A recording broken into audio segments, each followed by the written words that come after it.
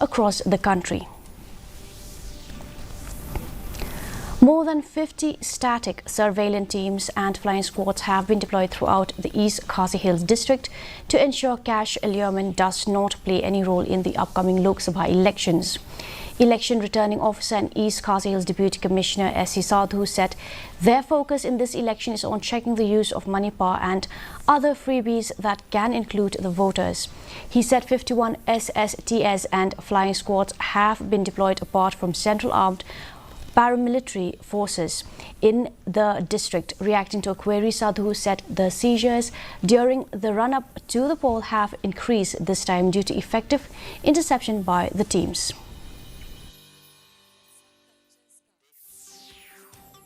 We have, as per the mandate of Election Commission, we have across the district we have deployed 51 static surveillance teams, the same number of flying squads and video surveillance teams. On top of it, CAPF has been deployed and our sector magistrates and joint magistrates also continuously watching the money flow in these elections.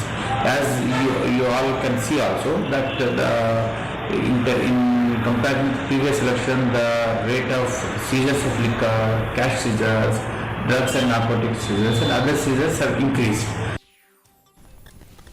With just a few days